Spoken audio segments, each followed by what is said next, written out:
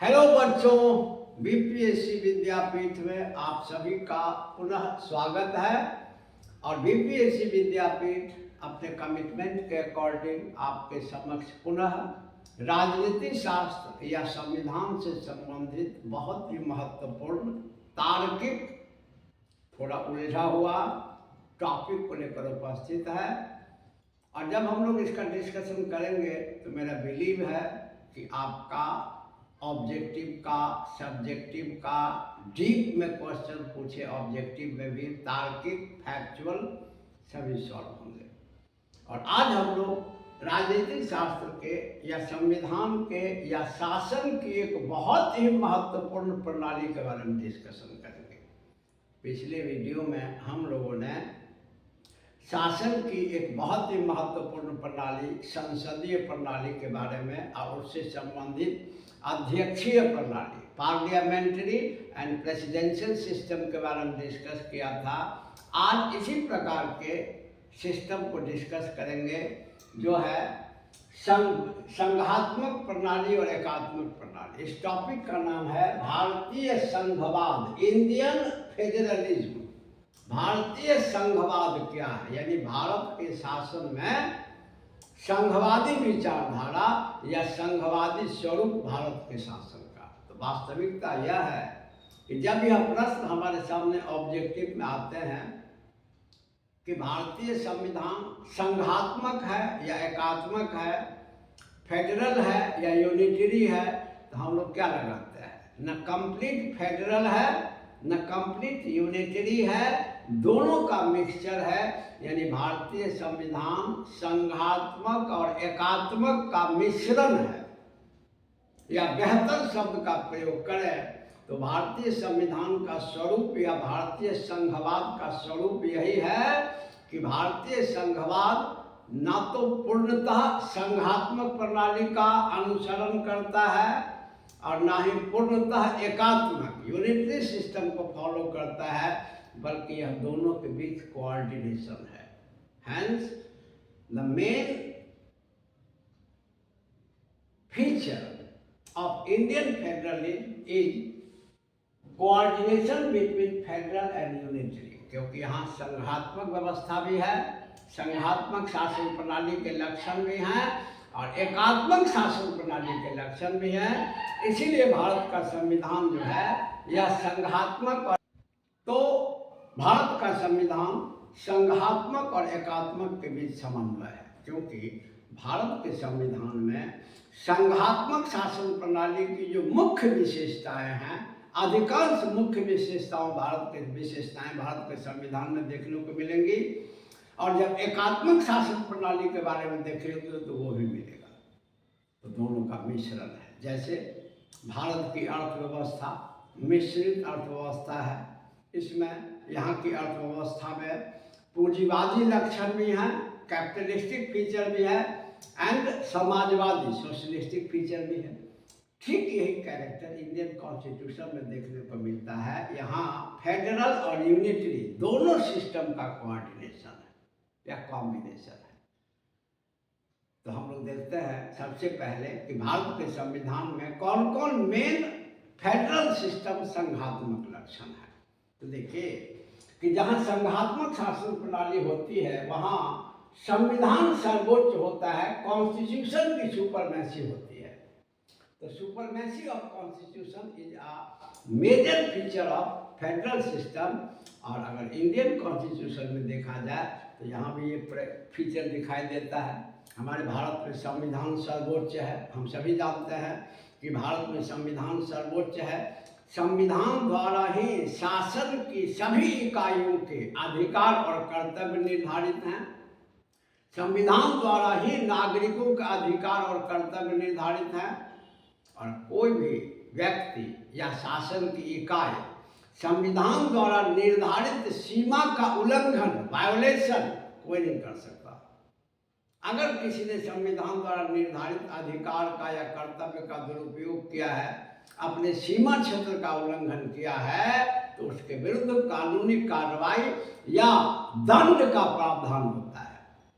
तो हमारे यहाँ संविधान सर्वोच्च है भारत में संविधान की सर्वोच्चता कायम है और शासन की सभी शक्तियाँ, सभी इकाई, सभी निकाय, सभी बॉडी इसी से शक्ति प्राप्त करते हैं। तो क्लियर है कि हमारा कॉन्स्टिट्यूशन सुपर्ब है और ये संघात्मक में होता है। जहाँ जहाँ संघात्मक है वहाँ वहाँ ये मिलेगा। इसके बाद दूसरा फीचर है 2 लेवल ऑफ गवर्नमेंट, 2 स्तर की सरकार है।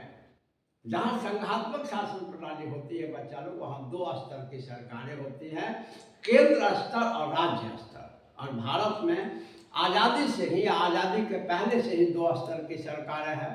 हालांकि आप ये बात समझ रहे हैं कि वर्तमान में भारत में 3 स्तर की सरकारें हैं, केंद्र स्तर, प्रांत स्तर और स्थानीय स्तर।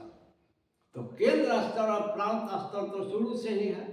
स्थानीय स्तर की सरकार का जो अस्तित्व है वह आपको 93 से, आफ्टर ये 73rd एंड 74th अमेंडमेंट, ठीक है, 93 से जो इम्प्लीमेंट हुआ है, 73वें और 74वें संशोधन द्वारा भारत में स्थानीय सरकार को कानूनी मान्यता मिली, लोकल गवर्नमेंट को, जिनके 2 रूप हैं, नगरीय सरकार जिसको नगर पालिका सरकार कहते हैं और ग्रामीण सरकार जिनको पंचायती सरकार कहते हैं। तो इनका अस्तित्व इंडिया में लीगल एग्जिस्टेंस, पंचायत पहले से है लेकिन संवैधानिक रूप से कानूनी तौर पर पंचायत का गठन हमारे भारत में 1993 से हुआ। तो 3rd लेवल का जो गवर्नमेंट है जिसको कहते हैं हम लोग लोकल गवर्नमेंट, इनका एग्जिस्टेंस इंडिया में 1993 से एस्टेब्लिश हुआ। लेकिन बिफोर 1996 का, बिफोर इंडिपेंडेंसी अपने इंडिया में 2 लेवल के गवर्नमेंट्स हैं। और 2 लेवल का गवर्नमेंट का जो सिस्टम होता है यह फेडरल सिस्टम में होता है। तो यह भी हमारे यहाँ मौजूद है फेडरल सिस्टम में। इसके बाद है रिटन कॉन्स्टिट्यूशन, लिखित संविधान। जहाँ जहाँ भी फेडरल सिस्टम होता है वहाँ वहाँ कॉन्स्टिट्यूशन रिटन होता है। और इस बात को हम लोग पहले ही पढ़ चुके हैं, सबसे पहला वीडियो में हम लोग पढ़े हैं कि लिखित संविधान उसे कहते हैं जिसका निर्माण एक निश्चित संस्था द्वारा एक निश्चित समय में एक सिंगल डॉक्यूमेंट, एकल दस्तावेज के रूप में कर दिया गया हो। तो भारत का संविधान लिखित संविधान ही है क्योंकि इसका निर्माण एक निश्चित संस्था अर्थात संविधान सभा द्वारा एक निश्चित समय में अर्थात निश्चित संस्था द्वारा कर दिया गया। तो भारत के संविधान का निर्माण एक निश्चित संस्था संविधान सभा द्वारा एक निश्चित समय में 2 वर्ष 11 महीने 18 दिनों में और एक सिंगल डॉक्यूमेंट, एकल दस्तावेज के रूप में कर दिया गया। तो लिखित संविधान है और लिखित संविधान संघात्मक शासन प्रणाली का लक्षण है और यह भी भारत में मौजूद है। इसके बाद संघात्मक शासन प्रणाली की सबसे प्रमुख विशेषता, ये सभी विशेषताएं संघात्मक प्रणाली की ही हैं, लेकिन जब यह प्रश्न आएगा कि संघात्मक शासन प्रणाली की सबसे प्रमुख विशेषता कौन होती है, यह होता है शक्ति का विभाजन, डिवीजन ऑफ पावर्स। क्योंकि संघात्मक शासन प्रणाली में 2 स्तर की सरकारें होती है, केंद्र स्तर और राज्य स्तर, निश्चित रूप से अनिवार्य रूप से। तो केंद्र सरकार की कितनी शक्ति होगी, राज्य सरकार की क्या शक्तियाँ होंगी, इनके बीच तो विभाजन होना अनिवार्य है, विभाजन होना जरूरी है, नहीं तो हमेशा शासन में तनाव उत्पन्न होगा, शासन में अव्यवस्थाएं आएंगी। तो किसी भी संघात्मक शासन प्रणाली में केंद्र और राज्य के बीच शक्तियों का स्पष्ट बंटवारा कर दिया जाता है और भारत में भी ये फीचर मौजूद है। और संघात्मक शासन प्रणाली का सबसे मुख्य लक्षण यही है, division of powers between the central and state.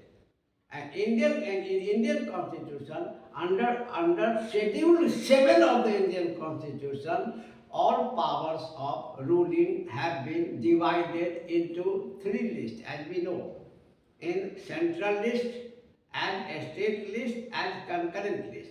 भारतीय संविधान की 7वीं अनुसूची में केंद्र और राज्य के बीच स्पष्ट रूप से शक्ति का बंटवारा कर दिया गया है 3 सूचियों में। संघ सूची या जिसको केंद्र सूची भी कहते हैं, फेडरल लिस्ट या सेंट्रल लिस्ट, राज्य सूची स्टेट लिस्ट और समवर्ती सूची कंकरेंट लिस्ट। और ये शुरू से ही है। आप जानते हैं कि संघ सूची में जितने भी शासन के विषय हैं वो केंद्र सरकार के अधीन है, ये केंद्र का अधिकार है। राज्य सूची में जितने भी शासन के विषय हैं ये राज्य सरकार के का अधिकार है, और इस पर राज्य सरकार द्वारा प्रशासन चलाया जाएगा। और संवर्ती सूची में जितने भी विषयों का उल्लेख है उन पर केंद्र और राज्य दोनों मिल के शासन का संचालन करेंगे, उनसे संबंधित कोई निर्णय लिया जाएगा दोनों द्वारा मिल करके। तो संघात्मक शासन प्रणाली की सबसे मुख्य विशेषता होती है कि केंद्र और इकाई राज्यों के बीच शक्तियों का स्पष्ट बंटवारा होता है, और यह लक्षण भी हमारे भारत के संविधान में स्पष्ट रूप से देखने को मिलता है 7वीं अनुसूची में, जिसके तहत केंद्र राज्य के बीच 3 सूचियों में शक्ति का बंटवारा है, संघ सूची, राज्य सूची, संवर्ती सूची। मूल संविधान में संघ सूची में 97 विषय थे, 97 सब्जेक्ट्स थे, राज्य सूची में 66 सब्जेक्ट थे, और संवर्ती सूची कंकरेंट लिस्ट में 47 विषय थे। तो जो संघात्मक शासन प्रणाली का सबसे मुख्य लक्षण है वो भी हमारे यहाँ मौजूद है, शक्ति का विभाजन। और इसके बाद संघात्मक शासन प्रणाली में न्यायपालिका को स्वतंत्र तथा निष्पक्ष रखा जाता है, इंडिपेंडेंट जुडिशियरी। कारण कि भाई संघात्मक शासन प्रणाली में केंद्र का भी अस्तित्व है, राज्य का भी अस्तित्व है, और दोनों एक दूसरे के मामले में हस्तक्षेप नहीं करता है, और दोनों के पास कितनी शक्ति होगी यह संविधान ही बंटवारा कर देता है। तो शक्ति का बंटवारा तो संविधान कर दिया, लेकिन ये शक्ति का बंटवारा कायम रहे, एक दूसरे की शक्ति में हस्तक्षेप ना हो, इंटरफेरेंस ना हो, इसका भी प्रावधान होना चाहिए। और इसी का प्रावधान करने के लिए, इसी का व्यवस्था करने के लिए भारत में न्यायपालिका को स्वतंत्र और निष्पक्ष रखा गया है। न ये केंद्र सरकार का फेवर कर सकता है, न राज्य सरकार का फेवर कर सकता है। इसीलिए सरकार की जो परिभाषा दी गई अनुच्छेद 12 में, संविधान का अनुच्छेद 12 में, वहाँ से न्यायपालिका को हटा दिया गया है, ताकि यह बिल्कुल किसी के दबाव में ना हो और स्वतंत्र और निष्पक्ष ढंग से कार्य करे, और सभी को अपने अपने अधिकार क्षेत्र में सीमित रखे। अगर कोई भी अपने अधिकार क्षेत्र का उल्लंघन करे तो तुरंत न्यायपालिका उसको रोके, या जरूरी हो तो उपयुक्त कार्रवाई उसके विरुद्ध करे। भारतीय संविधान संघात्मक और एकात्मक दोनों का सम्मिश्रण है, दोनों के बीच समन्वय है। और भारत के संविधान में संघात्मक शासन के भी लक्षण हैं, एकात्मक शासन के भी लक्षण हैं। और संघात्मक शासन के जितने भी मुख्य लक्षण हैं भारत के संविधान में मौजूद हैं, जिनका उदाहरण अभी हम लोगों ने देखा। इतने पॉइंट के तहत हमारा सभी क्वेश्चंस बनेंगे, जैसे संविधान की सर्वोच्चता, सुपरमेसी ऑफ कॉन्स्टिट्यूशन, 2 स्तर की सरकारें, 2 लेवल ऑफ गवर्नमेंट, लिखित संविधान, रिटन कॉन्स्टिट्यूशन, शक्ति का विभाजन, डिवीजन ऑफ पावर्स एंड स्वतंत्र तथा निष्पक्ष न्यायपालिका, इंडिपेंडेंट जुडिशियरी। और ये सभी मुख्य विशेषताएं भारत के संविधान में हैं, तो हम कह सकते हैं कि भारत में संघात्मक प्रणाली है। लेकिन भारत के शासन में, संविधान में एकात्मक प्रणाली के भी बहुत सारे लक्षण हैं। तो चूंकि दोनों लक्षण मौजूद हैं तो कहते हैं कि यह एकात्मक और संघात्मक का समन्वय है। तो अब भारत के संविधान में एकात्मक शासन के लक्षण कौन कौन से हैं, यह एक बिल्कुल अलग टॉपिक बनता है। तो इसकी चर्चा हम लोग अगले वीडियो में करेंगे, ठीक इसके बाद वाले वीडियो में करेंगे। और अगर आपको कंटेंट अच्छा लगता हो तो आप चैनल को सब्सक्राइब जरूर करें, वीडियो को लाइक और शेयर जरूर करें, जैसा कि आप करते रहे हैं। और फिर एकात्मक लक्षण के साथ उपस्थित होते हैं तुरंत ही। तब तक के लिए धन्यवाद।